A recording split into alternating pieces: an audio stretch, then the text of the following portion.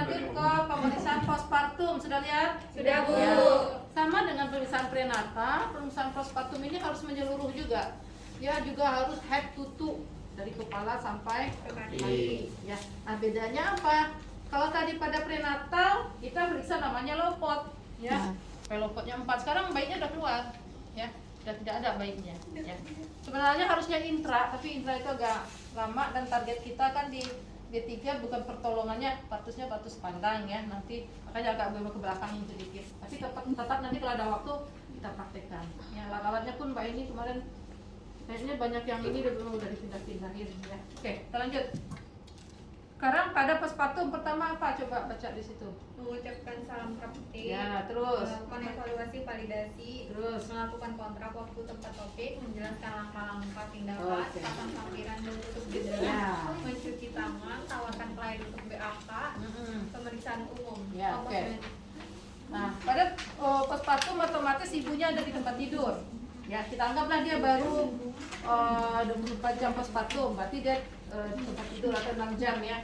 Kita datangin ibu, assalamualaikum, ya. Benar dengan Ibu Ani, saya seperti biasa kenalin tangannya. Oh ya ibu, kenalkan saya Suster X, misalnya ya, saya akan lakukan pemeriksaan. Ya, gimana Bu semalam? Ya, oh bisa tidur nggak? Gitu. Atau gimana tadi udah menyusui bayinya nggak? Makanya anda gali dulu ya. Oh sudah Suster, oh udah bisa duduk ya Bu? Udah ya. Oke, saya akan lakukan pemeriksaan Bu ya dari kepala sampai ke kaki. Ya nanti kalau ibu merasa sakit bilang ya. Nah, ibu udah menyusui belum anaknya? Oh, udah aman. Kalau anaknya nangis jangan anda paksa. Pokoknya pada pemeriksaan ini nggak seperti pemeriksaan KMT yang harus waktu itu, tapi kita pertimbangkan apakah ibunya capek atau tidak. Ya karena pemeriksaan ini kita lakukan kalau di rumah sakit itu seperti pemeriksaan rutin gitu ya, pagi itu dilakukan. Ya. Nah, setelah itu ibu gimana? Udah ganti pembalut belum? Ya udah BAK, oh udah nanti ke rumah mandi misalnya. Ya. Oke, lalu kita lakukan pemeriksaan dari awal. Ya. Saya nanti akan periksa dari kepala, ya payudara ibu, ya perut, ya vagina ibu dan kaki. Ya. Oke, lanjut.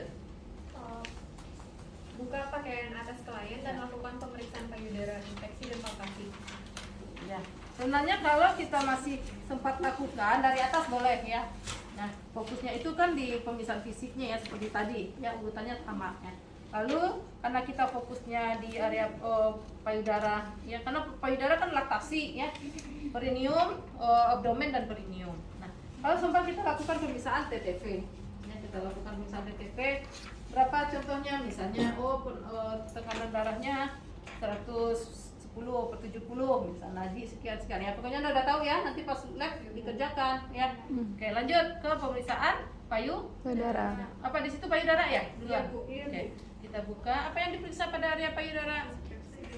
Sama kayak tadi inspeksi. Nah, namun bedanya di sini apa? Kita lihat yang paling utama itu adalah asidnya keluar atau tidak, gitu ya. Nah, tapi kita sama inspeksinya, pembesarannya, ya, areolanya bagaimana, putingnya bagaimana, ya. Terus kita lihat asidnya keluar atau tidak, gitu ya. Benjolan dan lain tetap anda periksa, tapi intinya itu. Ya. Selanjutnya apa lagi? Rapikan kembali pakaian atas klien. Ya. Buka pakaian bawah. Ya. Nanti gini, oh ibu ini klostrumnya udah keluar, nanti disusui ya, itu paling nasihat kita ya. Selanjutnya, Buka pakaian bawah klien. Ya. Lakukan pemeriksaan abdomen, infeksi dan palpasi. ya apa yang abdomen yang kita periksa? Adanya starie dan luka. Ya, stria gravidarum masih ada nggak? Ini sebenarnya perutnya bukan yang ini nih. Ambil yang kosong deh perutnya. Ini. Ada ya? Bukan yang lurus saja gitu. Itu. Coba, Mbak. Oh ini ada nanti sarung nih, ada kok ada bulat-bulat ini bekas. Itu ada itunya tahu. Oh iya, ambil aja angkat itunya. Perutnya aja angkat. Buka. Dibuka bisa itu. Resepnya Kelekepan dibuka. itu. Iya, ada bayinya. Kaget. Iya emang. Lucu tuh. Oh, yang beneran. Nah itu kalau kita intranatal pakai itu nanti. Ya. Ini aja. Ya, itunya aja.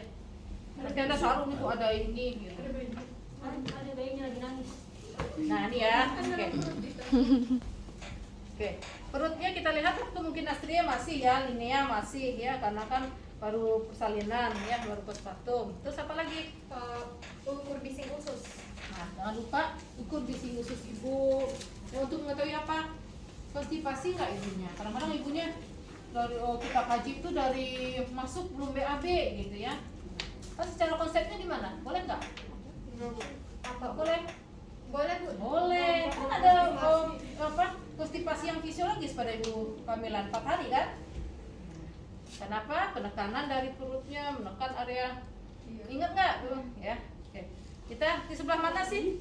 Kita lihat abdomen bagian kanan. Ya, ini kan kanan Ibu nih kita. Nah, kalau bising usus sebenarnya lebih bagus pakai yang belakang ya. Tapi Ibu lebih suka bagian belakang itu dengar. Nah, dengarkan ya, kita hitung berapa normalnya? 12 sampai Ya. 16. Sampai berapa ya? Sampai 16, bukan 8 sampai 16. 8 sampai 12. Ya, Oh iya, sampai 8 ya? 12. Ya. Salah. Kalau misalnya lebih dari 12 kita dikasih mungkin diare ya. Iya, Kalau iya. kurang berarti konstipasi. Terus apa lagi? Tekuk kedua kaki klien dan ukur tinggi fundus. Nah, kita lakukan ukur tinggi fundus. Kalau tadi ukur tinggi fundus kan kita bayinya. Nah, sekarang Bu, tekuk ya kakinya. Dua-duanya. Kita ukur tinggi fundus. Tidak pakai meteran lagi ukur tinggi fundus, tapi menggunakan jari. Nah, penurunan setiap hari itu 1 jari. Jadi kita ukur, ini kan udah naik ya. Kita raba fundusnya. Nah, biasa sini kemana? Kalau dia masih sepusat, nah kita khawatir apa? Kalau bayi udah keluar, plasenta udah keluar masih sepusat. Ada itu Bu, ketinggalan. Ya, mungkin kontraksinya kurang bagus, jadi ketinggalan. Ada ketinggalan plasenta. Nah, bagusnya 2 jam setelah itu 2 jari. 2 jari di bawah pusat. Ya, jadi di sini terusnya. Kalau tadi kita kan di sini kan? Nah, di sini. Ya, ini harusnya di bawah. Nah, makin hari ketiga turun lagi 3 jari, 4. Nah, nanti pada postpartum selesai itu sudah tidak terambah lagi. Sama kayak kita lagi nggak hamil, kan nggak terambah nih. Nah, terus apa lagi? Luruskan kedua kaki dan Nah. minta klien untuk mengangkat kepala Ya. dengan punggung 15 derajat untuk mengukur diastis rectus Diastasis. abdominalis Ya, dengan menggunakan pita ukuran ya. panjang lebar. Oke. Sekarang Bu tadi tinggi fundusnya 2 jari di bawah pusat ya, karena Ibu ini udah 12 jam ya, udah selesai menekan. Nah, sekarang luruskan Bu kakinya. Luruskan. Nah, saya akan mengukur namanya diastasis rectus abdominalis. Kenapa harus diukur? Kita normal ini kan otot kita begini, tahu nggak? Lurus kan otot kita ke bawah. Nah, secara umum. Nah, kalau dia hamil itu ototnya akan terdorong, ya lebar. Nah, itu yang akan kita ukur. Apakah dia balik ke normal atau enggak? Nah, lama-lama akan balik. Makanya di dalam postpartum itu ada namanya involusi. Semua kembali tapi pelan-pelan. Ya. Nah, kita periksanya. Ibu disuruh angkat sedikit kepalanya, ya. Sambil kita periksa dari bagian PX ya, ini. Jadi nanti itu ada rongga cekungan di perut ibu postpartum itu ya, karena ototnya belum menyatu ya. Itu normal. Jadi jangan wah ini dia takut gitu ya, bolong nih perut saya, enggak, nanti akan kembali normal.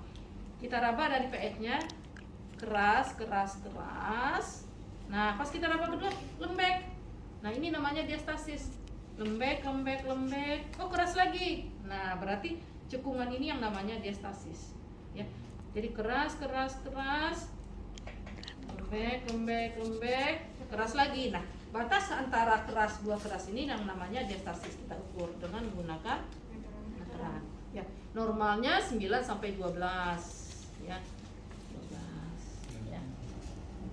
Ya.